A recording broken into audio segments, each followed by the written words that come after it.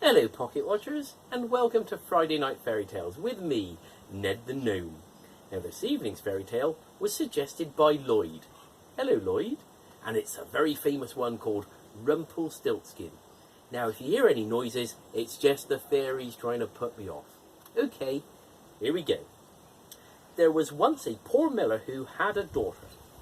One day he had to go to the king's palace on business, and he was so pleased at this honour that he tried to make himself into somebody much more important than he really was. He told the king that he had a beautiful daughter who could spin gold from straw. "You may bring her to see me," the king told the miller, who was already beginning to regret his boasting. Well, the next day the frightened miller took his poor daughter to visit the king. The king was delighted to see that she was indeed beautiful, and he led the girl to a small room, and when he opened the door, she saw that it was full from floor to ceiling with straw.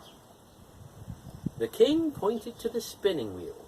"Set to work and spin this straw into gold by dawn," he told the poor girl. Well, the miller's daughter had no idea how to spin straw into gold, and all she could do was sit and weep. Suddenly the door opened wide, and in peeped a tiny man. Why are you crying? "I must spin all this straw into gold by dawn, and I don't know how to do it." Do not worry about that. I will help you. But first, what will you give me if I do? "Well, I will give you my ring." She gave it to him, and he sat down at the spinning wheel. It began to turn and twist. The little man fed straw onto the whirling bobbin, and the more he put there, the more golden coins fell to the floor. Well, when dawn came, there was no straw left, and the room was full of gold. When the king came to see the girl, he could hardly believe his eyes. He was so pleased, and a bit greedy, that he had another room prepared.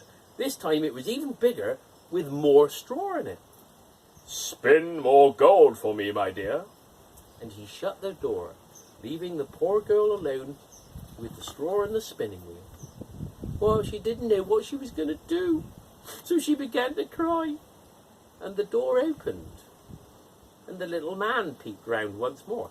And what will you give me this time if I spin straw into gold? I will give you my necklace, cried the girl happily.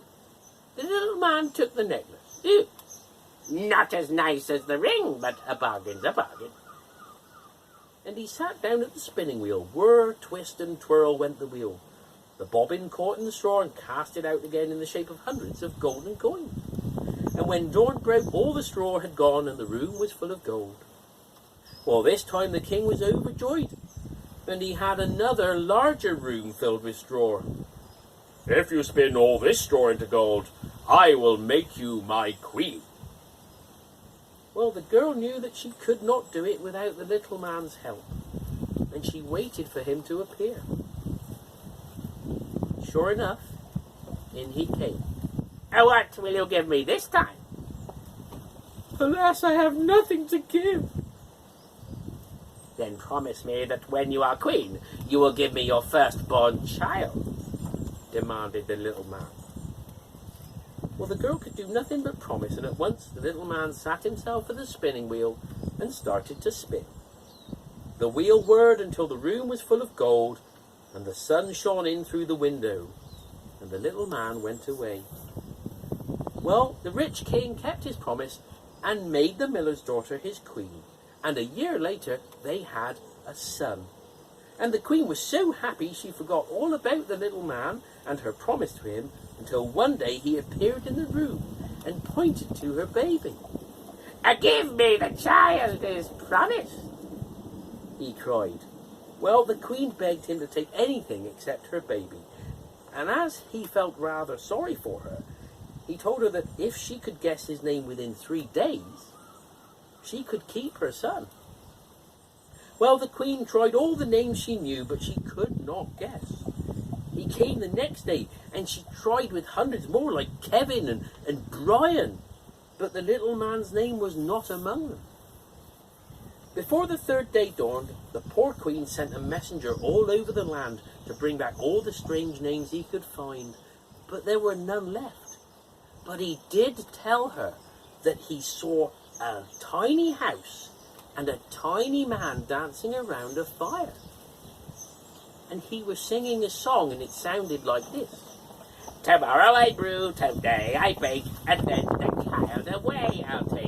For little deems my royal dame that Rumplestiltskin is my name. Shh, fairies. Well, the queen was delighted to hear this strange name, and was very happy when the little man came along.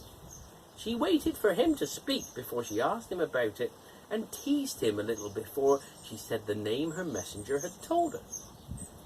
Now, dear lady, what is my name? Is it Harry? No. Is your name Conrad? No. Is your name Timothy? No. And then she looked him straight in the eye, and she said, Then your name must be Rumplestiltskin. The little man went red in the face. Some witch told you that! Some witch told you that! Cried the little man, and he was so angry that he stamped his foot so hard he sank right down into the ground out of sight and was never heard of again. Oh, well, that's what you get for being an angry little person about things. So, my friends, that's the end of the fairy tale. I look forward to seeing you again soon. Sleep tight. Bye.